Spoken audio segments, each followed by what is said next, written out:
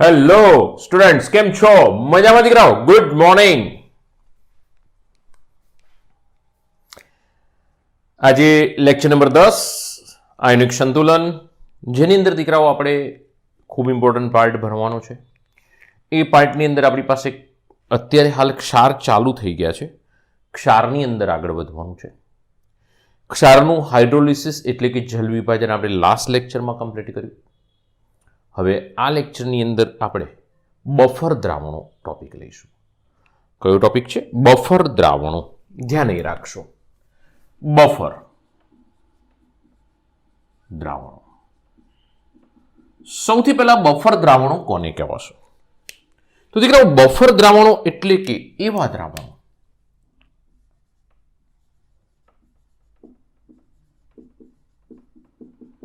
જેનું મંદન કરવામાં આવે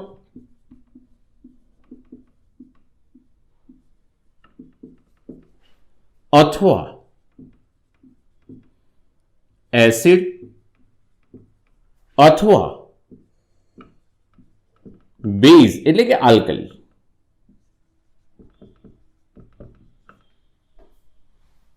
ઉમેરતા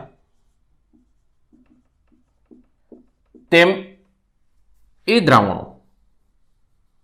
એટલે કે આ દ્રાવણો જે છે, આપણે એક દ્રાવણ લઈ લઈએ, એની અંદર ક્યાં બહારથી મંદન કરાવો અથવા તો પછી એમાં એસિડ ઉમેરો, મંદન કરાવો અથવા એમાં એસિડ ઉમેરો અથવા બેઝ ઉમેરો, પણ આ દ્રાવણની જે પીએચ છે ને, એ દ્રાવણની પીએચ એ ફેરફાર થવાનો પ્રતિકાર કરશે.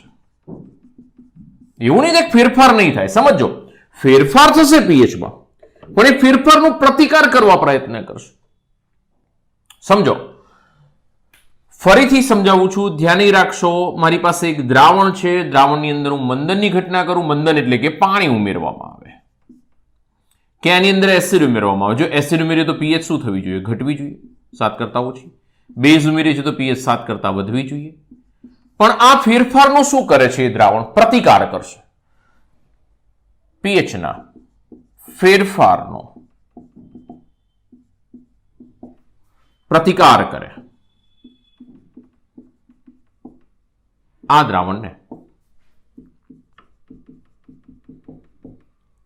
બફર દ્રાવણ કહેવામાં આવે. સમજો દીકરાઓ, ફરીથી મારી પાસે કોઈ દ્રાવણ છે, એની અંદર હું મંદન કરાવું, એટલે કે એવું નહીં કે બહુ જ બધી માત્રામાં પાણી ઉમેરી દઉં, બહુ ઓછી માત્રામાં, અલ્પ માત્રામાં. આ બધા ઉમેરીશું પણ અલ્પ માત્રામાં. આપણને ખબર છે કે ટ્રેનના 2 ડબ્બા હોય, એની અંદર એની વચ્ચે બફર હોય છે, પણ એ સામાન્ય ઝરક આવે તો દીકરા એ સહન કરી લે, પણ પછી મોટો એક્સિડન્ટ થાય તો એ બફર સહન ન કરે. તો અહીંયા આગળ પણ કન્ડિશન શું છે કે એસિડ અને બેઝ છે કે મંદન છે એટલે કે પાણી ઉમેરીએ છે, એ બહુ ઓછી માત્રામાં ઉમેરીએ તો એના પીએચ નો પ્રતિકાર કરશે. આની પીએચમાં ફેરફાર થશે, પણ એટલો બધો નહીં થાય કે જે તમે ધાર્યો હશે. હા, આની પીએચ એવું નથી કે પીએચમાં ફેરફાર નહીં થાય.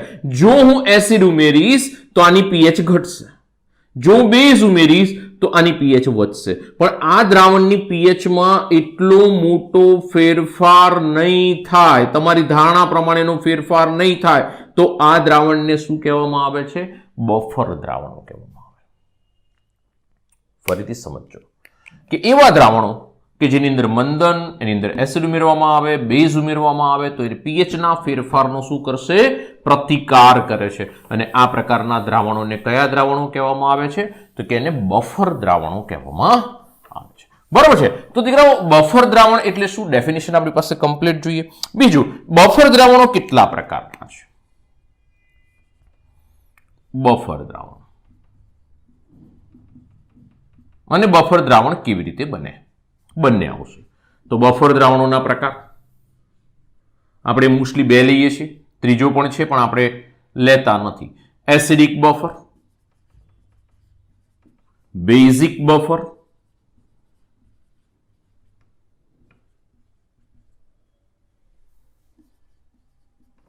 એસિડિક બફર કેવી રીતે બને? તો કે એસિડિક બફરની અંદર ધ્યાન રાખજો, નિર્બળ એસિડ પ્લસ ક્ષાર. કયો ક્ષાર? તો કે એ જ નિર્બળ એસિડનો પ્રબળ બેઝ સાથેનો ક્ષાર. અથવા તો આવું પણ કહેવાય છે, કેટલીક રેફરન્સીસ આવું કહે છે કે નિર્બળ એસિડ અને એનો સંયુગ્મી બેઝનો ક્ષાર. કોના સંયુગ્મી બેઝ? આ જ નિર્બળ એસિડનો સંયુગ્મી બેઝ, એનો ક્ષાર. સમજજો. ઉદાહરણ આપું તો વધારે ખ્યાલ આવશે. એસિડિક એસિડ, ચલો તો આ શું છે? નિર્બળ એસિડ અને એ જ નિર્બળ એસિડનો પ્રબળ બેઝ સાથેનો ક્ષાર એટલે સોડિયમ એસિટેટ. એ જ એસિડનો, બીજા કોઈ એસિડનો નહીં, બીજા કોઈ નિર્બળ એસિડનો નહીં, એ જ નિર્બળ એસિડનો પ્રબળ બેઝ સાથેનો ક્ષાર. એમ કે સર તમે તો ઉપર સંયુગ્મી બેઝ પણ લખ્યું. જુઓ દીકરાઓ સમજો, એસિડિક એસિડ છે, H+ ગુમાવે, H+ ગુમાવે એટલે સંયુગ્મી બેઝ બનાવશે. યાદ કરો લોરી બ્રોન્સ્ટેડ, CH3COOH, H+ ગુમાવે એટલે શું બનાવશે? CH3COO-. તો હું શું કહી રહ્યો છું? આ નિર્બળ એસિડ અને એની સાથે એનો સંયુગ્મી બેઝનો ક્ષાર, એના સંયુગ્મી બેઝનો ક્ષાર. તો અહીંયા આગળ CH3COO- છે ને Na+ છે, તો એનો સંયુગ્મી બેઝનો શું થઈ ગયો? આ ક્ષાર. તો આવું કંઈ પણ બી કોમ્પિટિટિવ એક્ઝામમાં પૂછાય છે તો થોડું ધ્યાનમાં રાખજો. એટલું ખાલી ગોખી ના જતા રહેતા નિર્બળ એસિડ અને એનો ક્ષાર. બરોબર છે? આ મુદ્દો બી ધ્યાનમાં રાખજો. એની સાથે આપણે લઈ લઈએ બીજા એક્ઝામ્પલ, HCOH પ્લસ HCOONA. જો આ નિર્બળ એસિડ છે, એ જ નિર્બળ એસિડનો પ્રબળ બેઝ Na લેવાય, K લેવાય. પ્રબળ બેઝ એટલે શું? સમજો, પ્રબળ બેઝ એટલે શું? તો કે પ્રથમ સમૂહ નંબર 1 પ્લસ સમૂહ નંબર 2, સમૂહ નંબર 1 પ્લસ સમૂહ નંબર 2 એના ઓક્સાઇડ અને હાઇડ્રોક્સાઇડ એ પ્રબળ બેઝ છે. NaOH લઈ લો, KOH લઈ લો, MgOH ટ્વાઇસ લઈ લો. આ બધા શું છે? તો કે પ્રબળ બેઝ. તો ધ્યાનમાં રાખજો, પ્રબળ બેઝ કોને કહેવાશે? બરાબર છે. બીજું દીકરાઓ કે અહીંયા આગળ આપણી પાસે નેક્સ્ટ એક્ઝામ્પલ લઈએ, COOH બેન્ઝોઇક એસિડ.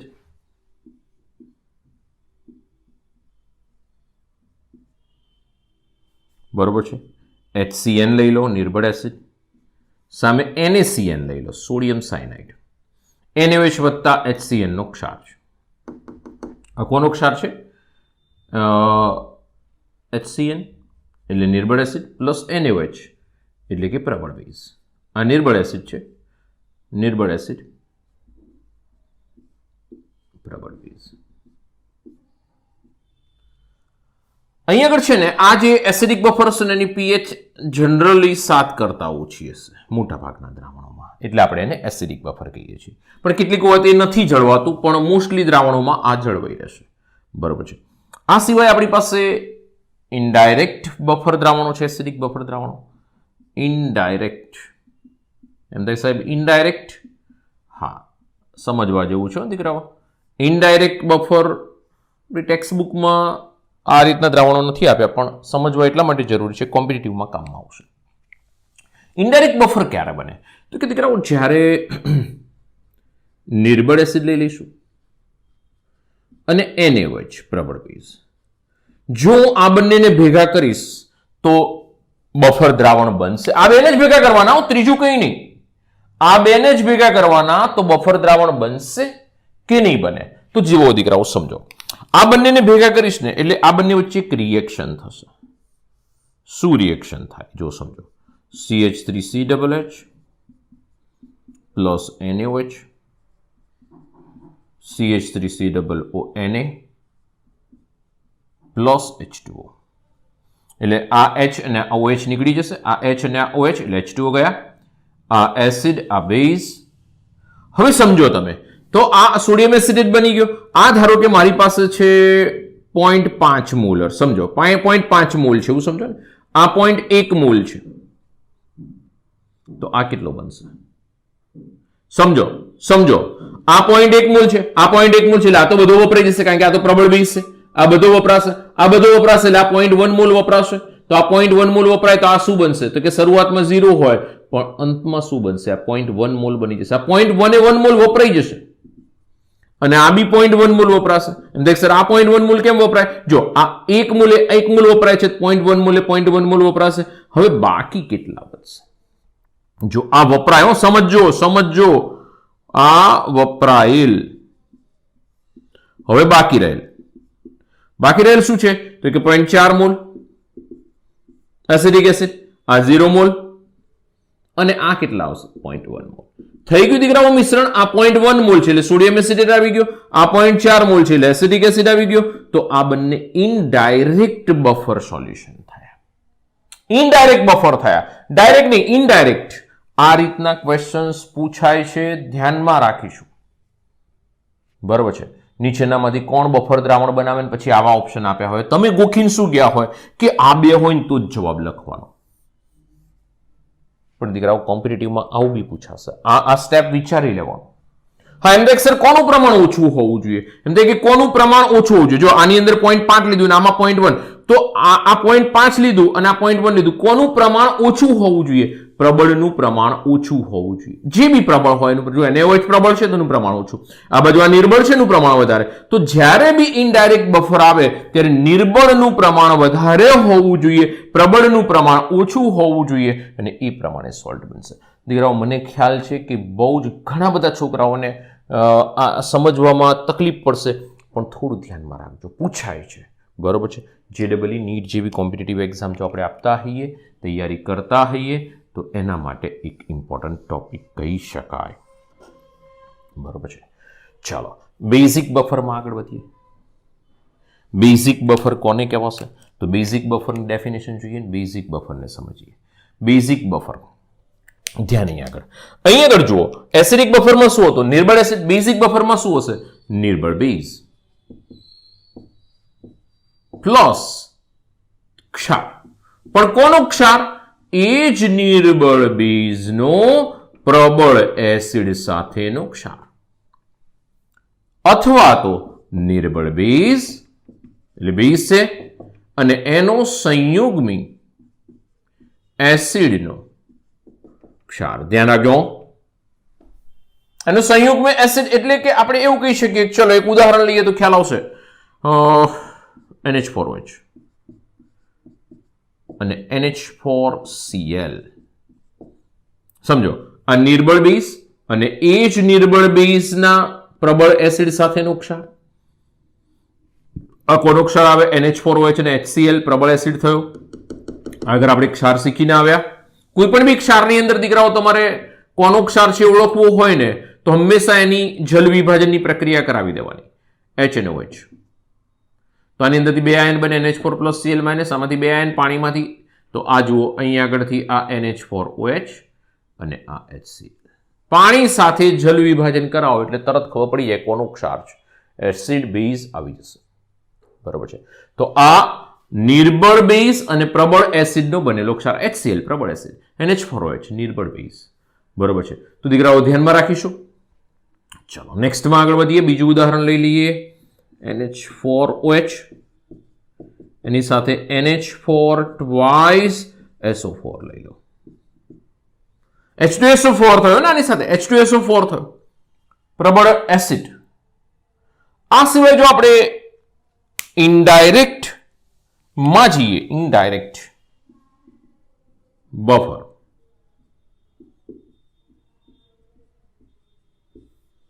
તો આ લઈ શકાય NH4OH પ્લસ HCl. ચલો આ બંને વચ્ચે પ્રક્રિયા થાય તો શું થાય? NH4OH plus HCl acid plus base ક્ષાર બનાવશે. કયો ક્ષાર બનાવશે? NH4Cl બનાવશે. H2O ઉત્પન્ન કરશે. સમજો, આ નિર્બળ છે ને તેનું પ્રમાણ વધારે રાખવાનું. આ ધારો કે આપણે 0.5 મોલ લઈ લઈએ અથવા તો મોલર લઈ લઈએ, અને આ 0.1 મોલ લઈ લઈએ, એટલે કે 0.1 મોલર. શરૂઆતમાં તો આ 0 હોય, જ્યારે પ્રક્રિયા થાય ત્યારે આ 0.1 એ 1 વપરાઈ જશે, તો આ 0.1 બનશે. એમ દેખ સર, આ 0.1 બને કેવી રીતે? જો દીકરાઓ, આ 1 બને ને તો 0.1 એ કેટલો બને? 0.1 બને. આ 0.1 વપરાઈ જશે, આ 0.1 બનશે, અને અહીંથી પણ આ 0.1 વપરાશે, તો બાકી કેટલું રહેશે? 0.4. આ તો 0 વધશે, તો આ કેટલો વધશે? 0.1. તો આપણે એટલું સમજી શકીએ કે આ 0.4 મોલ વધે છે, આ 0.1 મોલ વધે છે, તો આ બંને ભેગા થઈને શું બનાવી દેશે? તો કે એ બંને ભેગા થઈને બફર દ્રાવણ બનાવશે. એ બી બેઝિક બફર હશે જેની pH 7 કરતા વધારે હશે, પીએચ 7 કરતા વધારે હશે.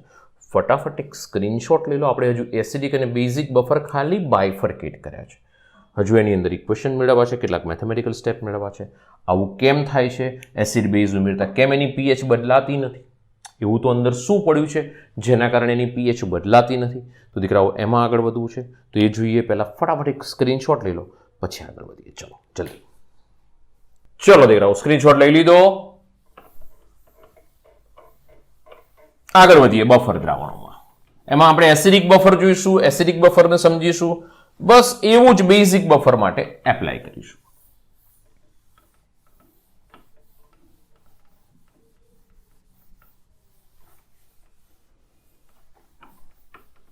ચાલો, એસિડિક બફરમાં એટલે કે બફર દ્રાવણોની અંદર એવું કેમ થાય છે કે એસિડ કે બેઝ ઉમેરો તો પીએચ ન બદલાય? જુઓ સમજો દીકરા, હું એવું નથી કહેતો કે પીએચ બદલાય જ નહીં. હું તમને એવું કહી રહ્યો છું પીએચમાં ફેરફાર થશે દ્રાવણની, પણ બહુ જ ઓછી હશે. જો સમજો, મારી પાસે આની અંદર બેઝિક એસિડિક બફર દ્રાવણ છે. ધારો કે એસિડિક બફર દ્રાવણો લઈ લો.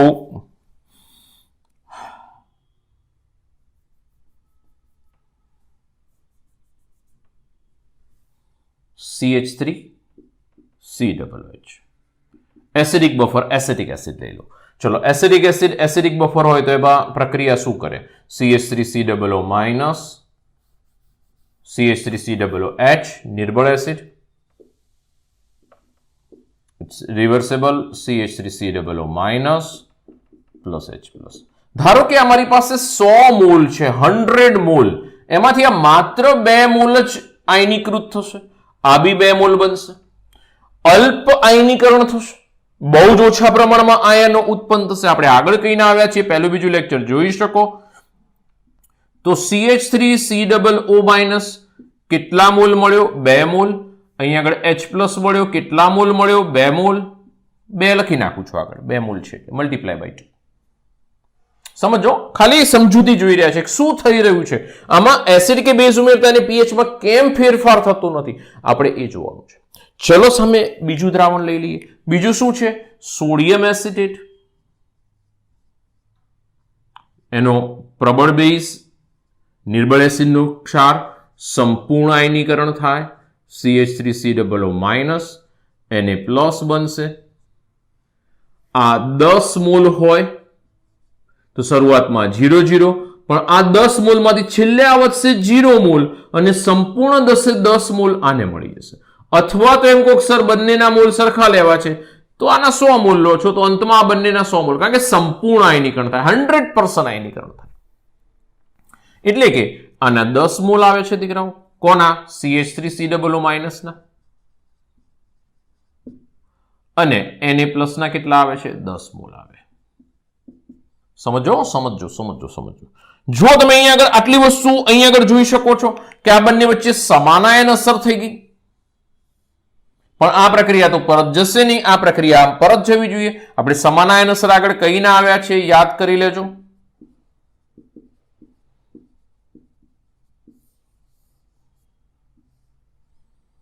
એટલે આનું પ્રમાણ ઘટશે CH3 COO માઇનસનું.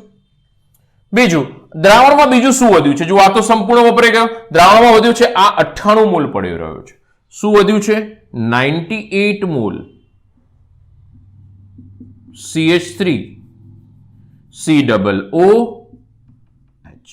એસિડિક એસિડ પડી રહ્યો છે ને. જુઓ, 2 મોલ આ બની ગયો, બરાબર છે. તો આ 100 મોલ હતો, એમાંથી આ 2 મોલ બની ગયો, તો આ કેટલો વધ્યો? 98 મોલ બાકી રહ્યો ને.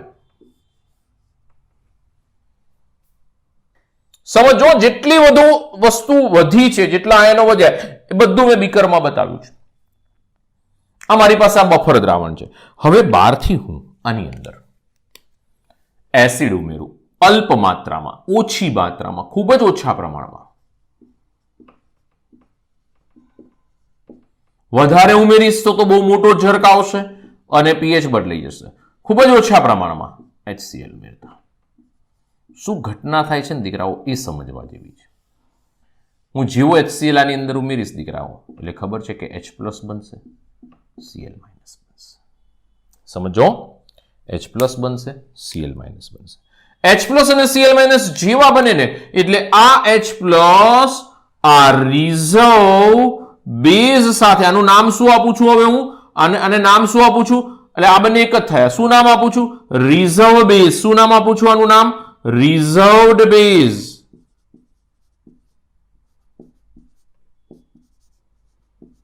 એટલે કે દ્રાવણમાં પડી રહેલો બેઝ સંયુગ્મી બેઝ થયો ને તો આ સંયુગ્મી બેઝ દ્રાવણમાં પડી રહ્યો છે કોનો સંયુગ્મી બેઝ એમ તો સાહેબ સંયુગ્મી બેઝમાં ના ખબર પડી આ એસિડ H પ્લસ પ્રોટોન ગુમાવે એટલે CH3COO માઇનસ બનાવશે આ એસિડ છે એનો આ શું થઈ ગયો સંયુગ્મી બેઝ તો આ બેઝ પડ્યો રહ્યો છે કયો બેઝ છે રિઝર્વ બેઝ છે આ CH3COO માઇનસ ઓછી માત્રામાં H પ્લસ સાથે પ્રક્રિયા કરશે અને શું બનાવી દેશે CH3COOH એટલે કે આ H પ્લસ ને એ ઉપયોગમાં લઈ લેશે H પ્લસ ને એ વાપરી નાખશે આવેલા H પ્લસ ને એ વાપરી નાખશે એટલે દ્રાવણમાં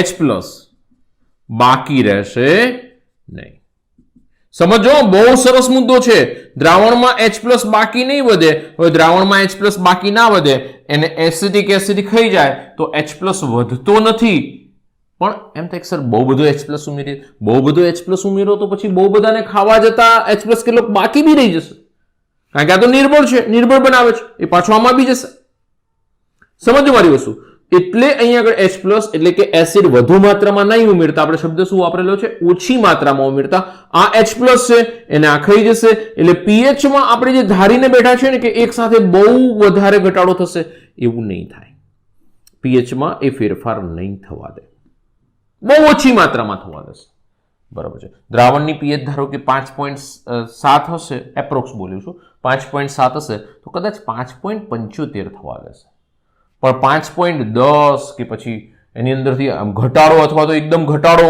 એવું નહીં થવા દે એસિડ છે એટલે ઘટાડશે સોરી એકદમ ઘટાડો એવું નહીં થાય આની ધારો કે pH 5.7 છે તો એવું નહીં થાય કે pH એકદમ ઘટીને 2 થઈ ગઈ એસિડ ઉમેર છે ને pH ઘટે તો એકદમ નહીં ઘટી જાય હા ઘટશે 5.7 હોય તો 5.65 થાય બરાબર એવું માઇનોર ચેન્જીસ આવે પણ એટલું બધું ન આવે નેગ્લિજિબલ હોય જે બી ચેન્જીસ આવશે નેગ્લિજિબલ હશે બીજું ચલો આપણે બહારથી હવે આની અંદર બેઝ ઉમેરી દઈએ ખૂબ જ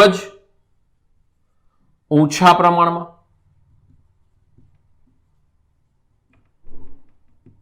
NaOH ઉમેરતા બેઝ ઉમેરતા ઓછા પ્રમાણમાં Na પ્લસ OH માઇનસ ઉમેરીશું NaOH Na plus OH minus આયન ઉત્પન્ન થશે આ OH માઇનસ આયન રિઝર્વ એસિડ સાથે રિઝર્વ એસિડ કયો છે કે આ લઈ લો આ શું છે રિઝર્વડ એસિડ આ રિઝર્વડ એસિડ સાથે એ પ્રક્રિયા કરી અને શું બનાવે છે જુઓ CH3COOH OH માઇનસ સાથે રિએક્ટ કરશે આનો H પ્લસ આ OH માઇનસ સાથે જાય શું બનાવે CH3COO માઇનસ પ્લસ H2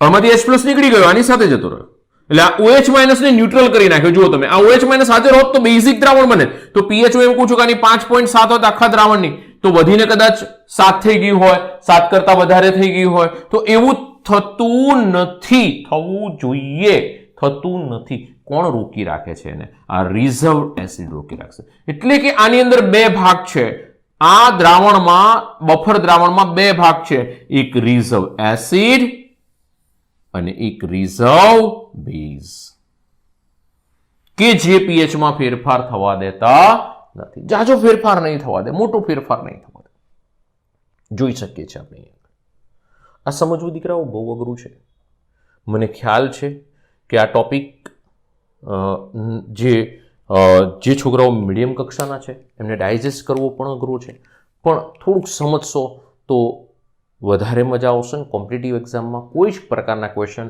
આવા આવશે તો તમે ઇઝીલી સોલ્વ કરી શકશો બરાબર છે કારણ કે ક્વેશ્ચન્સ એવો પૂછી શકે કે આ પ્રકારનું આપણી પાસે દ્રાવણ છે બરાબર છે બફર દ્રાવણ આ બેના મિશ્રણથી બનેલું છે તો એમાં એસિડ નાખતા કયો રિઝર્વ બેઝ એ પ્રક્રિયાને પીએચમાં ફેરફાર અટકાવે છે, મોટો ફેરફાર અટકાવે છે. કયો રિઝર્વ બેઝ, કયો રિઝર્વ એસિડ, આવા ક્વેશ્ચન્સ પૂછી શકાય. તો આપણા મગજમાં ક્લિયર જોઈએ કે રિઝર્વ એસિડ તરીકે કામ કરે છે રિઝર્વ બેઝ. આ રિઝર્વ બેઝ થઈ ગયો, આ રિઝર્વ એસિડ થઈ ગયો. રિઝર્વ એટલે વધારાનો પડી રહેલો acid base.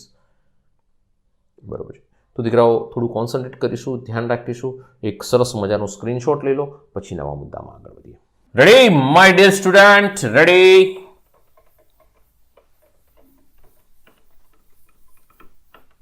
Henderson and Hasselbalch equation.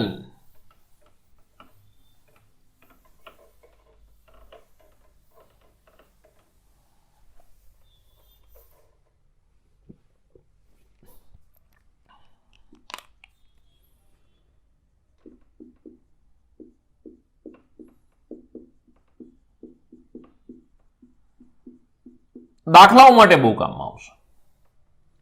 ચોપડીમાં ડાયરેક્ટ આપ્યું છે, હું તમને થોડીક નાની તારવણી છે તો કરીને આપી જ દઉં, એટલે કોઈ પણ બી માટે તમે મેળવી શકશો. ચલો, એસિડિક બફર માટે મેળવવું છે. તો એસિડિક બફર દ્રાવણ કઈ રીતે બને? તો કે નિર્બળ એસિડ પ્લસ ક્ષાર. ક્ષાર કોનો? એ જ નિર્બળ એસિડનો, પ્રબળ બેઝ સાથેનો ક્ષાર. એક્ઝામ્પલ આપણે જોયા છે. ચાલો, એસિડિક એસિડ એક્ઝામ્પલ લઈ લઈએ. Acidic acid plus sodium acetate. તો એસિડિક એસિડ આયનીકરણ આ રીતે થાય, નિર્બળ વિદ્યુત વિભાજ્ય CH3COO H plus CH3COONA sodium acetate. સંપૂર્ણ આયનીકરણ થાય, પ્રબળ વિદ્યુત વિભાજ્ય CH3COO Na plus. Clear, complete. અને સમીકરણ નંબર 1 કહી દઉં અને સમીકરણ નંબર 2 કહી દઉં. આ 100% આયનીકરણ છે, આને અલ્પ આયનીકરણ કહેવાય. આ 100% આયનીકરણ છે. આની સાંદ્રતા ધારો કે C1 મોલર છે, તો આ બી અંતમાં C1 મોલર થઈ જશે. C1 રાખો ને, મોલર નથી લખતો, નીકળ્યા પાછા તમે કન્ફ્યુઝ થશો. આની સાંદ્રતા પણ C1 થઈ જાય. બરોબર છે. સંપૂર્ણ આયનીકરણ આની જેટલી C1 છે એટલે C1 આની થાય, આની થાય. બરોબર છે. સંપૂર્ણ આયનીકરણ થાય. ઉપરનામાં શું છે? તો કે ઉપરનું સમીકરણ 1 પરથી આપણે એવું કહી શકીએ,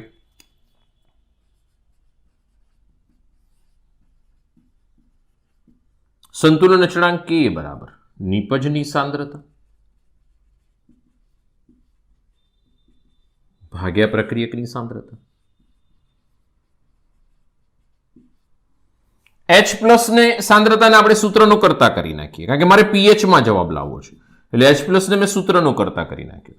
Ka ઇન્ટુ એસિટિક એસિડની સાંદ્રતા ડિવાઇડેડ બાય CH3COO ની સાંદ્રતા. સમજો દીકરાઓ, આ તો એસિડની સાંદ્રતા ફિક્સ છે, CH3COOH ની સાંદ્રતા એટલે એસિડની સાંદ્રતા, પણ CH3COO ની સાંદ્રતા એટલે કોની સાંદ્રતા? This is important. આ જ વસ્તુ અગત્યની છે. આપણે પહેલા સાદુરૂપ આપીએ ને પછી આને સમજીએ. માઇનસ લોગ H પ્લસ ની સાંદ્રતા માઇનસ લોગ કે, બંને બાજુ માઇનસ લોગ આપી દીધો, પ્લસ પ્લસ પ્લસ, આ પ્લસ ગુણાકાર છે એટલે અહીંયા ગુણાકાર છે એટલે અહીં પ્લસ આવશે. બરાબર છે. Minus log CH3COOH minus. હવે CH3COO કોની સાંદ્રતા છે? CH3COO કોની સાંદ્રતા છે? સમજો. આ સાંદ્રતા કોની છે એ સમજીએ. પહેલા આગળનું સ્ટેપ લખી નાખવાનું, pH થઈ જશે. જો માઇનસ લોગ H પ્લસ એટલે pH, માઇનસ લોગ K બરાબર pK. ભાઈ આપણે આગળ આવું કહીને આવ્યા છીએ. માઇનસ લોગ H પ્લસ એટલે pH કહેવાય, માઇનસ લોગ OH માઇનસ એટલે POH કહેવાય, માઇનસ લોગ K એને pKa કહેવાય, માઇનસ લોગ KB એને pKb કહેવાય, માઇનસ લોગ KW એને pKW કહેવાય. આવું કહીને આવે છે આપણે આગળ, આવું બધું કીધેલું છે કે માઇનસ log h પ્લસ બરાબર ph, minus log oh minus બરાબર poh, માઇનસ log k બરાબર pk, માઇનસ log kb બરાબર pkb, માઇનસ log kw બરાબર pkw, આવું આગળ કીધેલું છે. એની ઉપરથી હું લખું છું કે minus log h plus this is ph, minus log pk this is pk, minus log આ શું છે તો કે COH ની સાંદ્રતા,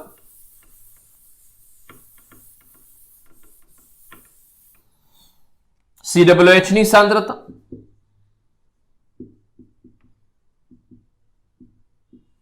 ભાગ્યા CH3COO માઇનસ ની સાંદ્રતા. અને CH3COH ની સાંદ્રતા એટલે કે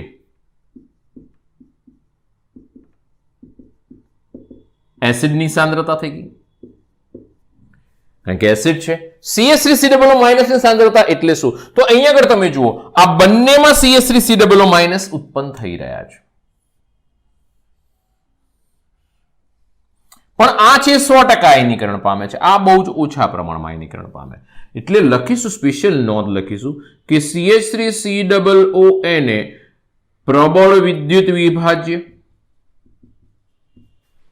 સંપૂર્ણ આયનીકરણ પામે. નોંધ ધ્યાન રાખજો. તેથી CH3COO માઇનસ ની સાંદ્રતા એ CH3COO Na ની સાંદ્રતા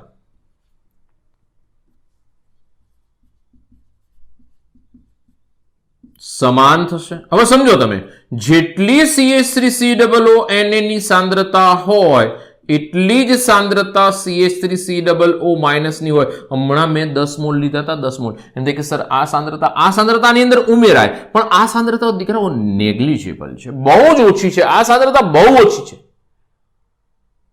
સમજો. એટલે આની સાંદ્રતાનો સરવાળો થઈને આગળ આવવો જોઈએ જવાબ. પણ રિયલમાં શું કન્ડિશન છે? રિયલમાં શું છે કે આની સાંદ્રતા બહુ ઓછી છે, બહુ જ ઓછી છે. આની સાંદ્રતા ખૂબ વધારે છે, ખૂબ વધારે છે. આની સાંદ્રતા ખૂબ ઓછી છે, આની સાંદ્રતા ખૂબ વધારે છે. હવે આની સાંદ્રતા ખૂબ વધારે હોવાને લીધે આ બંનેની સાંદ્રતા સમાન છે, એટલે આપણે આની સાંદ્રતા લખી નાખ્યું. એટલે કે CH3COO માઇનસની સાંદ્રતા બરાબર ક્ષારની સાંદ્રતા થશે. કોની સાંદ્રતા થશે? ક્ષારની સાંદ્રતા. તો હું આની જગ્યાએ હવે ક્ષાર લખીશ, સમજો, ભૂલ ન પડે. અને આની જગ્યાએ હું એસિડ લખીશ. તો અહીં આગળ મને ફાઇનલી ઇક્વેશન શું બનશે જુઓ. pH = pK માઇનસ log એસિડની સાંદ્રતા ભાગ્યા ક્ષારની સાંદ્રતા. આપશે તમને બંનેની સાંદ્રતા આપેલી હશે, તમારે વેલ્યુ જો માઇનસની જગ્યાએ પ્લસ કરવું હોય તો આવું કરી નાખીશ, pKa પ્લસ log ક્ષારની સાંદ્રતા ભાગ્યા એસિડની સાંદ્રતા. જો મારે બેઝ માટે લેવું હોય તો POH = pKb પ્લસ log ક્ષારની સાંદ્રતા ભાગ્યા બેઝની સાંદ્રતા. આ કોના માટે? આ બંને ઇક્વેશન આવી ગયા, ધ્યાન રાખશો, બંને ઇક્વેશન આવી ગયા, બરોબર છે. આ કોના માટે આવી ગયું?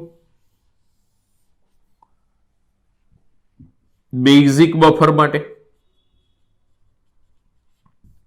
POH ઉપરથી પછી pH મળી જશે, pH પ્લસ POH બરાબર 14, બરોબર છે.